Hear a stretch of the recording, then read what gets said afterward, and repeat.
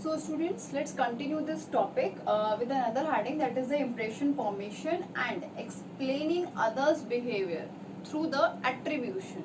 So here, what is the meaning of impression formation and attribution? So in previous modules, we studied about the social cognition.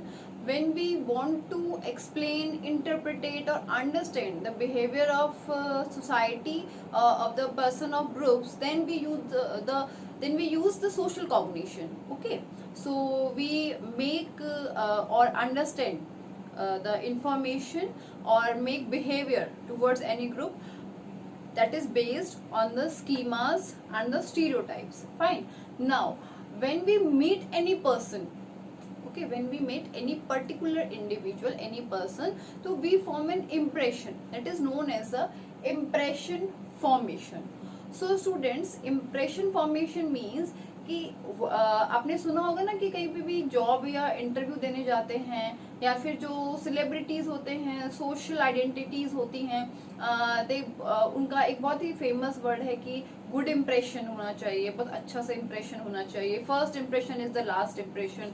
So that is known as the impression formation, कि whatever impression is form by a person, okay, about any other person. ठीक है, तो it is basically social cognition related to the group, okay, society. And the impression formation and attribution means attitude towards any person, any individual thing. Now the information formation contains the two important words, it is the perceiver and the target. So the perceiver is the person who forms impression, okay, who forms impression about the another person. And target is the person whose impression is formed towards the perceiver. ठीक है, तो जैसे कि मैं अगर मैं बोलूँ target, I am a target, so you are the perceiver, क्योंकि मेरा इम्प्रेशन आप लोग फॉर्म कर रहे हैं. ठीक है, तो आप लोग परसीवर हैं क्योंकि मेरा इम्प्रेशन, अब मैं किस तरह से बोल रही हूँ, you are observing me, you are watching me, you are मतलब बहुत आराम से आप सब कुछ समझ रहे हैं, अंडरस्टैंडिंग बना रहे हैं, जो नॉलेज है, इंफॉर्मेशन है, वो गैदर कर रहे हैं मेरे बारे में. तो you are the perceiver because you form the information and you form impression, and I am a target person because मेरा impression आप लोग form कर रहे हैं. तो it is the impression formation. हम लोग किसी भी person से first time मिलते हैं तो हम एक impression form करते हैं, it is known as impression formation. Now the another thing is also कि हम जब किसी person से मिलते हैं तो वहाँ पे एक और चीज होती है, that is known as the attribution. हम किस तरह से उसका behavior explain करते हैं. Now what is the attribution? Attribution, students, attaching cause for any behavior, that when we meet a person, okay, उसकी impression form कर रहे हैं हम लोग, हम उसका एक impression हमारे ऊपर आ रहा है, हम लोग समझ रहे हैं उसके, but we simultaneously what we are doing, we are assigning a cause that why he or particular that person behaving in a certain way, why he is behaving in a particular way. अब मैं ऐसे क्यों बोल रही हूँ, मैं क्या कर रही हूँ, ठीक है. अब आप किसी भी पर्सन से मिले, मेरे अलावा आप किसी पर्सन से भी मिलेंगे तो आप असाइन कर देंगे ना, आप एक कॉज दे देंगे. So what you are doing, you are attaching a cause towards that particular behaviour. So that is known as a attribution. Attribution means you are assigning a cause towards any behavior what the person is. Here are some factors who influenced both the impression formation and the attribution as well as, okay, जब हम किसी से मिलते हैं, जो impression form करते हैं और एक कॉज असाइन करते हैं, तो here are some factors who influenced and affect these both things.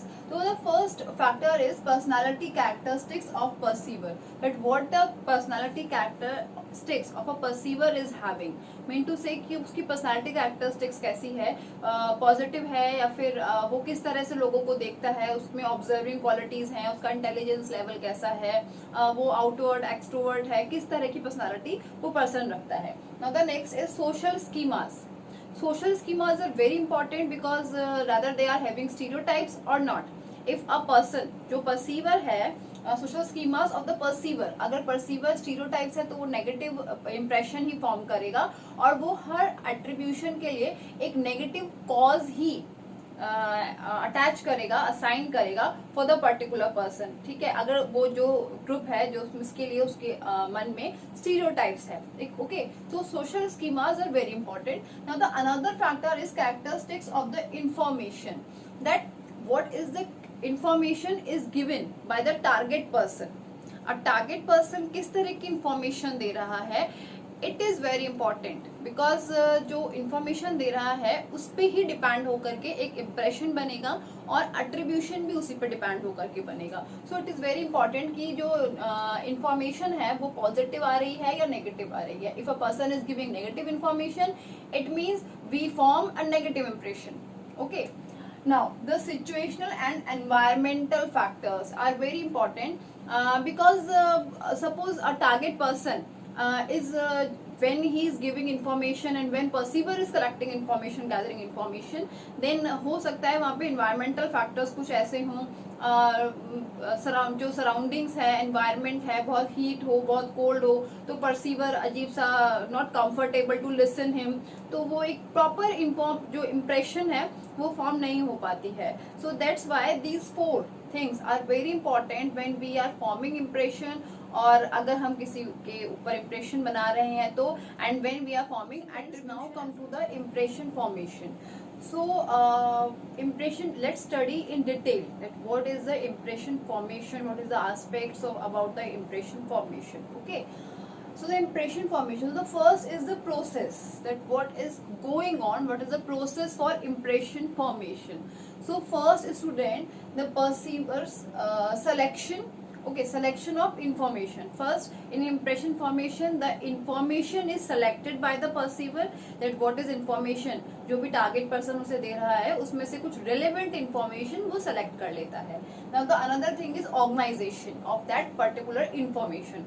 Whatever relevant information is given by the target, the perceiver person is organizing. First, he select that information and then after he organized that information in a particular way, ठीक है, in a proper manner. Then the next thing is the conclusion. When he start organizing the information, then he interpretate it, okay, explain the thing, understand the things, and then in last he draw a conclusion about the target person. अब last में उसने पहले information select की, organise की, और last में उसने conclusion draw किया about, mean to say now the impression is formed for a targeted person और a group.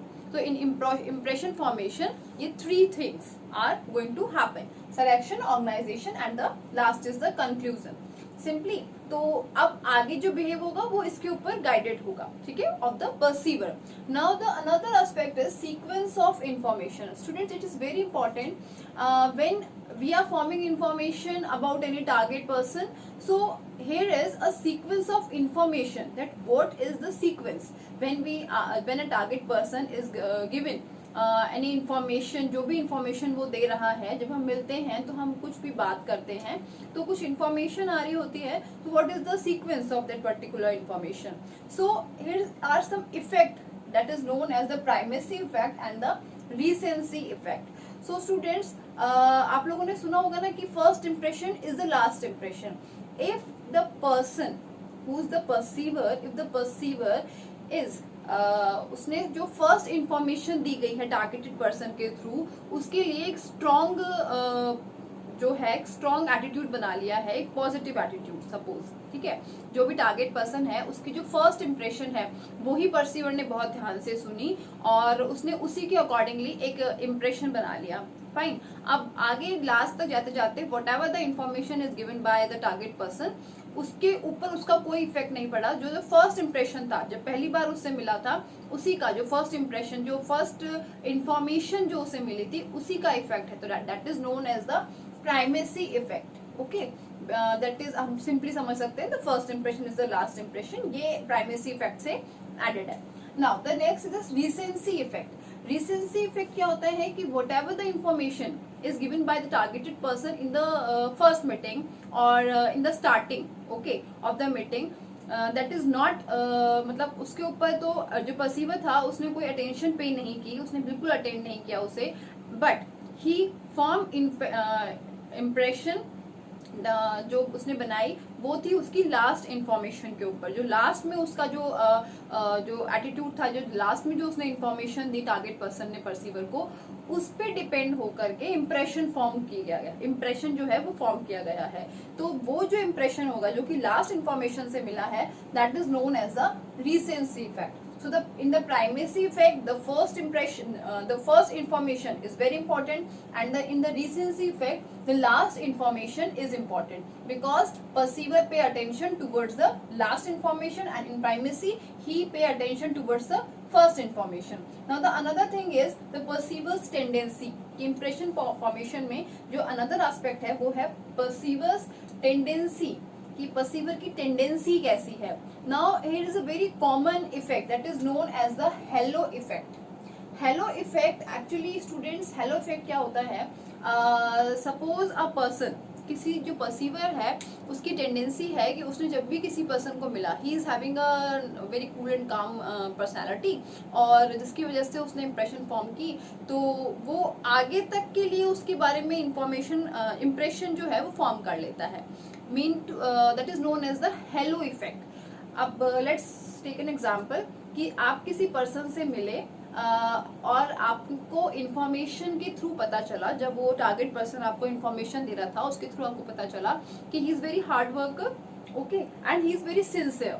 Fine. Now the next thing is कि यू मेक अ इम्प्रेशन. ठीक है, आपने इंप्रेशन क्या बना लिया उस पर्सन के लिए कि वो हार्ड वर्किंग है और वो सिंसियर है, दैट्स वाई वो इंटेलिजेंट भी है. तो this is known as the halo effect, कि वो इंटेलिजेंस भी. अब intelligence is a different thing, हो सकता है वो ना हो, पर आपने तो इंप्रेशन उसका जो उसकी हार्ड वर्किंग और सिंसियर कैरेक्टरिस्टिक्स थी उनकी वजह से आपने बना लिया कि वो इंटेलिजेंट भी है. So this is known as the halo effect. So basically this is depends on the perceiver's tendency. ये परसीवर्स की टेंडेंसी होती है, which is known as the halo effect. This is all about the impression formation, the process, the sequence of information and the perceiver's tendency. Students, after the aspects of impression formation, there is another aspects related to the attribution also, because impression formation, attribution is also a systematic process, okay, systematic and organized process. So here are some aspects that is followed by the attribution when we assign or attach a cause to any behavior which is performed by any target person. So here are some aspects. So first is to a person's behavior. When we are assigned a cause towards a person's behavior, that is based on internal or external factors. For example, suppose Mohan and Sohan are fighting, okay, and Mohan hit Sohan. So basically we assign that Mohan is aggressive, okay, this is a cause we assign for Mohan's behavior. So it is known as the internal factor, because aggression is an internal factor. And while we assign the cause of Sohan, that Sohan is not behaving in good manner towards Mohan, so we are what we are doing, that Sohan is not behaving good, so we are assigning a external factor towards Sohan's behavior. So here is the, when we are assigning cause towards a person's behavior, we assign them as internal cause and the external cause. Now the another is towards success or failure. Students, when we are assigning cause or when we are attributing, okay, towards success and failure, so basically people do what people do, they believe that success is basically due to the internal factors and failure due to the external factors. For example कि अगर success किसी ने कोई exam crack किया है, कोई competition exam crack किया है, तो हम क्या कहेंगे कि उसने बहुत ज़्यादा हार्ड वर्क किया था, so hard work is an internal factor. While अगर वो फेल हो जाता है, ठीक है, they attribute failure as another thing. So failure को हम लोग वो पीपल जो होते हैं वो कैसे एट्रीब्यूट करते हैं बेसिकली कि it is because of the fate, उसके लक में नहीं था, he is not lucky. So we assign या people assign the attribution towards the external factor as an external factor towards the failure. So success is a different thing, is related to the internal factors when they are assigning, and failure is an outer factor, okay, external factors. Now another thing is towards own experiences. Students, when a person is assigning a cause or attributing toward success और failure, basically अगर हम बात करें सो वहाँ पर एक बहुत ही common चीज देखने को आती है, that is known as the actor observer effect. Actor observer effect होता क्या है बेसिकली, क्योंकि जब हम हमारे ही एक्सपीरियंसेस को असाइन कर रहे होते हैं, कोई कॉज या कोई रीजन बता रहे होते हैं, तो this is very important effect, actor observer effect. अब सिंपली इसको आप एग्जाम्पल से समझिए कि सपोज आपने 12th के एग्जाम्स में बहुत अच्छे मार्क्स पास किए, ठीक है, यू आर गेटिंग गुड, आपने बहुत अच्छी सी ग्रेड्स पास की हैं, से पास किया एग्जाम, सो आप क्या कहेंगे कि ये तो आपको सक्सेस मिली है बिकॉज, तो आप क्या कहेंगे कि मैंने बहुत हार्ड वर्क किया था, ठीक है, so you are behaving as an actor now, ठीक है, सो आपने अपने आप को एक बहुत ही हार्ड वर्कर के रोल में एक्ट किया, ठीक है।